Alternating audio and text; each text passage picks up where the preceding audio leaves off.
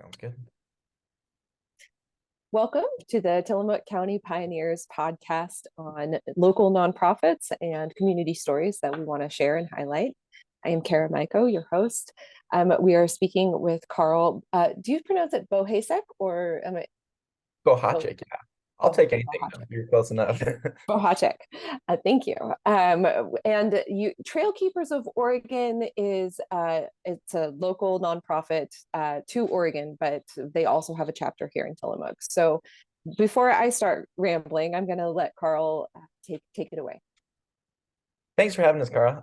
Yeah, Trailkeepers of Oregon is a nonprofit. We're based in Portland, but we aim to be a statewide organization.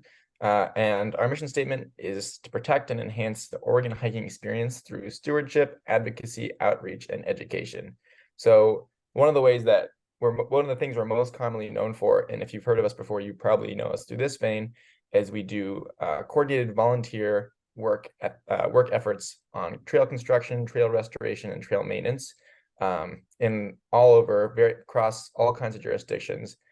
We have volunteer crew leaders and paid staff, full-time paid staff crew leaders, and we just aim to maintain a sustainable network of trails throughout Oregon for folks to enjoy. And we're really well positioned to do that as a nonprofit because a lot of these larger jurisdictions, your state forests, national forests, state parks, they have their hands full doing lots of other aspects of maintaining their land, things like washing out bathrooms and taking out the trash and the sort of less glamorous side of land management.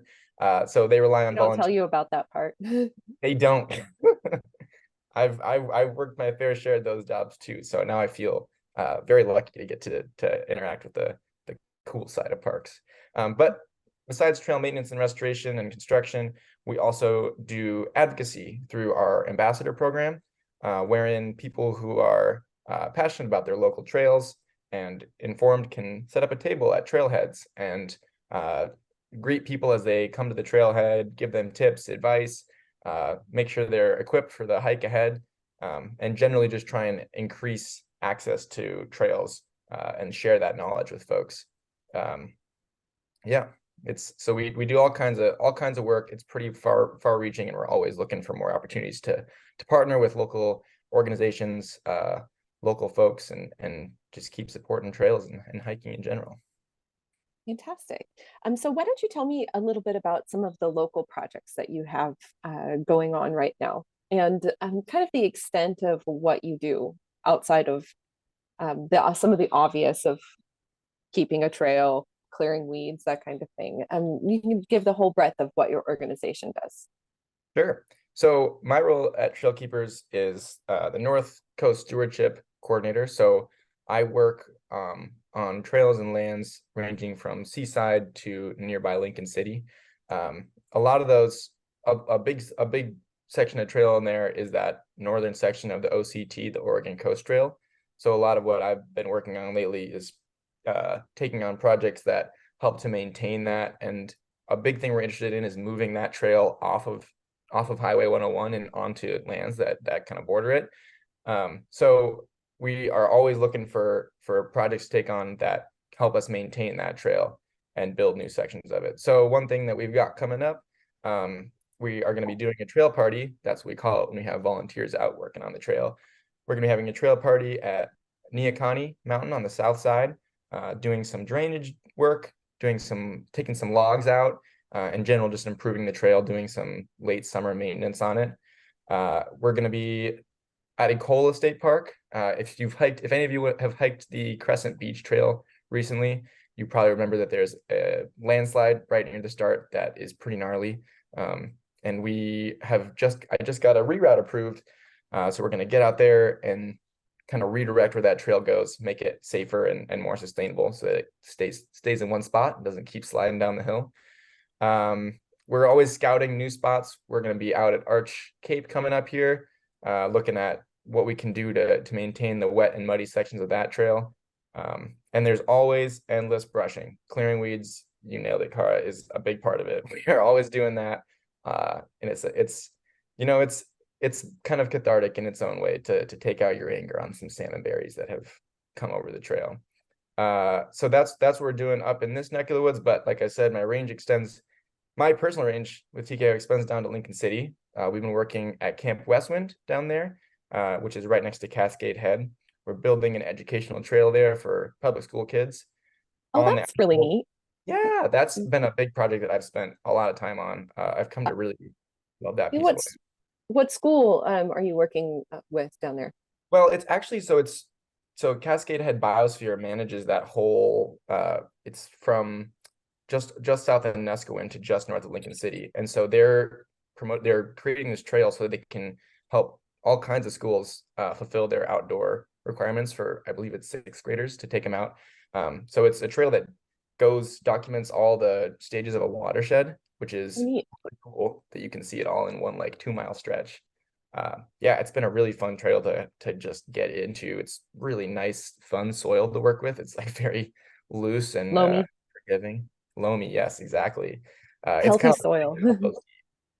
yeah, Yeah. precisely. So I spent a lot of time there. That's a blast. We always need more volunteers to come out there. We also have free camping for volunteers. A lot of our project, that one's included. And we're working even as far southeast as Drift Creek Falls in the Sayusla National Forest, doing log outs there with crosscut saws, which has also that's been a blast of a project recently too. So that's all the trail side of things. We're always looking to get more ambassador stations out there. Right now, I'm our only North Coast Trail ambassador. So No, we need I know we more. need more. We need you. If you Yeah. like your local trails and you want to like share your knowledge and just spend some time meeting cool folks, we'd love to hear from you. We'd love to get more trail ambassadors out there. What does a trail ambassador do? They can really tailor the work to what they want it to look like. It can be anything from like I talked about earlier, setting a table up at a trailhead and kind of informing people about the trail they're about to hike before they go on it. Or we have wilderness ambassadors that go out and hike the trails and kind of do their teaching on the go. That you get a cool TKO hat you get to wear, and you can inform people about the trail and about you can talk about products coming up or talk about sensitive habitat you're going through or any aspect of stuff you're interested in. And we also provide training if that's something that you're uh, down to get into. What are the minimum requirements to be an ambassador of a local trail? Uh, just about none, I would say. I think a passion for trails is a good one because you'll be spending some days outside. But I think that's one of the coolest parts about TKO is we try our very best to eliminate barriers to entry for all of our activities. Trail ambassadors is maybe the most accessible one because, like I said, it can involve as much as sitting at a trailhead and just chatting with folks. But even our volunteer opportunities, it's you don't have to have any prior experience. You don't have to have any equipment. Uh, we have a newly opened gear library at our headquarters in Portland. So we can bring hiking boots out. We supply you with a hard hat, rubber gloves, tools to work the day. We have all kinds of all kinds of different strenuous levels of project. We have like 5-day backpacking trips in the backcountry to like family friendly jaunts at Portland Audubon. So yes, all kinds. And that's a big theme of our work is we try really hard to make it accessible to everybody. Everything that we do to advocate for trails. What is the most popular trail in Oregon from what you've seen? That's a good question. I am a pretty recent transplant to Oregon myself. I come from Minnesota, and I'm still diving in and getting to learn all about them. I will say though that the enthusiasm I've seen for some of those trails along the coast at Ecola, at Cape Lookout, at Cascade Head has been awesome. I love the amount of people that are out there hiking the trails and how much they care for them. I really also love how like the local communities, I'm thinking of Manzanita specifically, have really kind of adopted their local trails. I'm not talking about like, these big iconic hikes with sweeping views, but like these we've got this one called the Neahkahnie Gap that we finished building in 2021. It's in partnership with the Lower Nehalem Community Trust. And the community of Manzanita has really just stepped in and adopted that trail. It's maintained entirely by volunteers. There's a volunteer crew leader who lives 10 minutes from the trail and hikes it every day. it's really inspiring to see the passion for trails in Oregon. So I I would just say all of them, honestly. It seems like people just love to hike here. Very true. Well, it's one of the most, like you said, sweeping views almost everywhere you go. Totally. Yeah. So you mentioned that there's like a gear library. That probably doesn't cost nothing. So how do you fund some of the activities that you undertake? Yeah, great question. We work with a variety of partners on that, depending on where exactly we're working in the state. Like I said, we have aspirations of being a statewide organization. We started out in Portland, in the Portland area, in the Gorge, where there's already kind of good, well-funded trail work, and have expanded to the coast, kind of in the Bend area now, and we're moving eastward. So it all depends on location, but a big funder of ours has been the Oregon Coast Visitors Association, which is funded by Travel Oregon. They see TKO as a means of helping increase sustainable tourism on the coast, both through maintaining trails sustainably, but also through volunteer activities. So my position is funded entirely by OCVA, that Oregon Coast Visitors Association. But we also partner with, whatever land agency we're working with. At Camp Westwind, they fund the work there. The Cascade Head Biosphere does. Sayusla National Forest is a big partner of ours.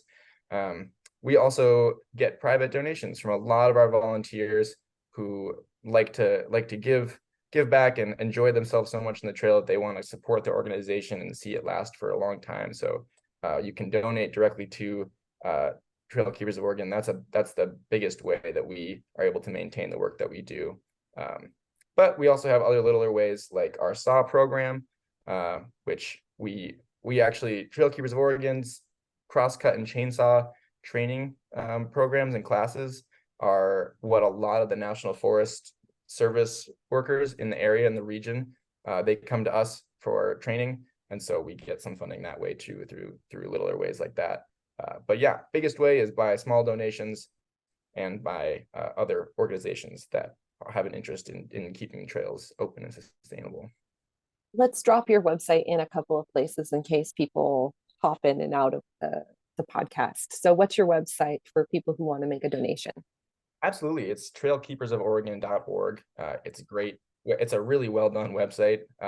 It's got our events calendar. You can donate right at the top there.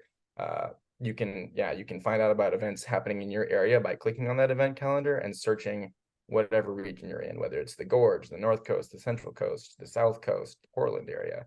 But we have events going on every day and generally 5 or 6 on the weekends. So it should be no trouble to find something near you. And what I think is really cool, and this is a big call to action for sure for anyone listening, that if you have a trail in your area, whether it's on state park land or national forest land or any kind of jurisdiction, if you have a trail that you think needs some love, needs some logs taken out, has a muddy section, whatever, let us know. We're always looking for new projects to take on. We can generally find ways to come up with funding partners. So let us know, and we would love to get out there. We like to tell people there are 3 aspects to trail building. You want to do it good, you want like sustainable trails, you want to. Oh no, did my internet break? I can't tell if I froze or you froze. I mean, you definitely froze, but I can't tell if you can hear me if I'm frozen. Hmm.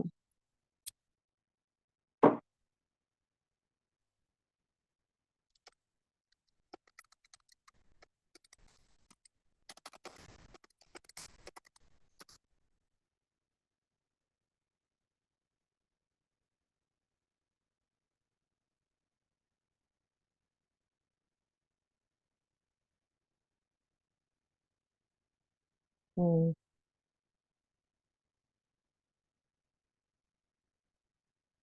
Oh, he dropped. Wonder if he's gonna come back. He's probably gonna come back if that works. Well, that might be it, folks. The internet might have broken, in which case we can't finish this interview today, but we'll finish it. This will be the 3rd time. So maybe we'll finish it. Oh, he's back. He's back. Yay, he made it. Oh no, that one was me. That was my internet. That was Just you. Okay. decided. I'm so Okay, sorry good. about No, that's okay. I was just like, well, do I wait? I'm glad you were able to make it back. that. Um, no worries. Please continue where you left off. I'll just splice out the middle. Sure. I'll just start the website part again because I think Yeah. that's what I remember. Um, our website is trailkeepersofOregon.org. It's got all kinds of great resources and ways you can get involved with our organization. It's got a donate, a portal to donate right up at the top. It's got an events calendar where you can view events that are happening in your area. You've got events every day of the week, generally 5 or 6 events on the weekends. And you can just look, you can search right in there for your region, whether it's the North Coast, the South Coast, Central Coast, Gorge, Portland area, whatever, will likely have it. And what I'll say also as a call to action, if you know of a trail in your region that you're passionate about, or that you've hiked recently and it needs some love, if it's got some logs on it, there's got some muddy sections, it needs a reroute, just reach out to us and let us know. We're always looking for new projects to take into new areas to expand.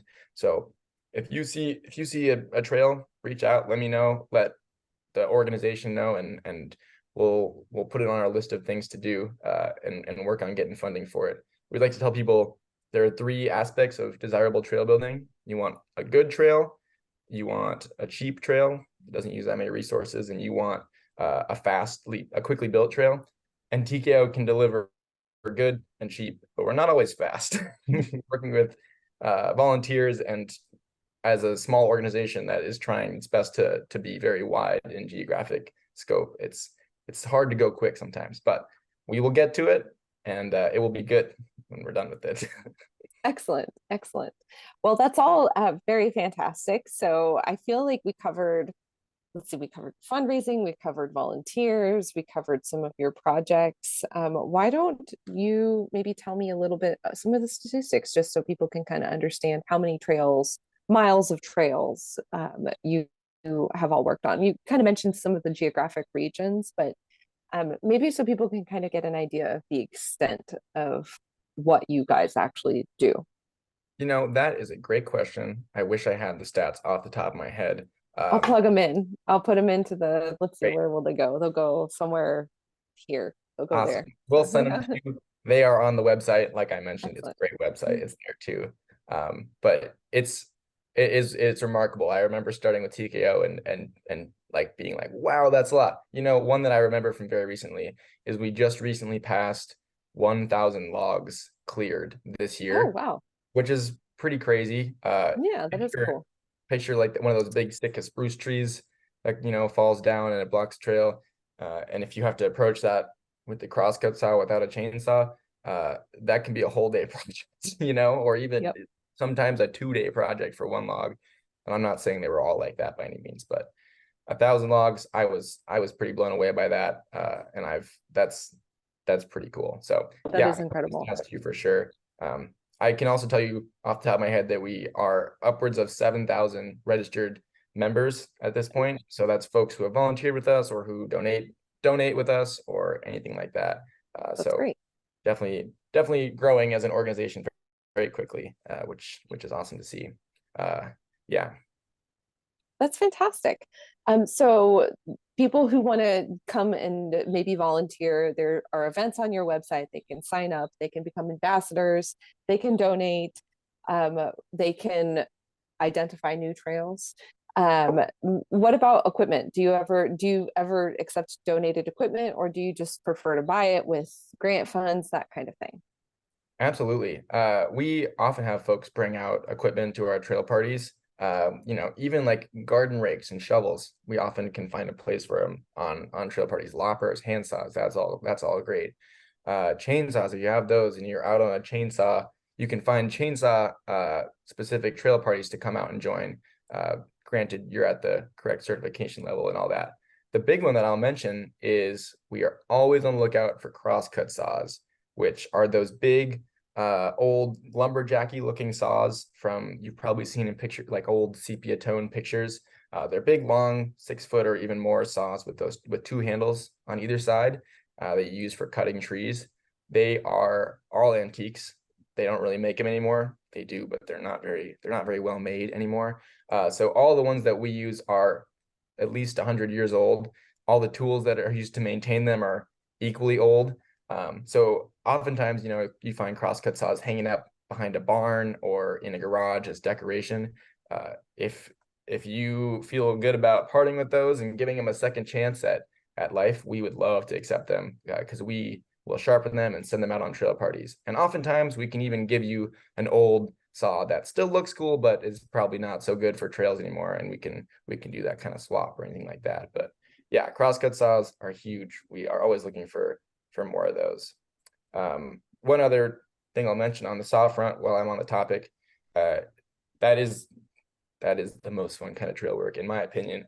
And that's another thing. That's the one thing that we can't quite take anyone right out on the trail and say, here's a chainsaw, go to town on this spruce tree. But we do offer, for anybody who volunteers with TKO, free chainsaw and crosscut certification classes where you can come spend a couple days up on Mount Hood with our saw coordinator Vito and learn how to take on these big trees. And then you can go and work on any public lands that you want, with approval, of course, or with any TKO trail party, and do some of that fun bucking of logs, which, yeah, like I said, that's the glory work right there. Truly. Well, thank you so much.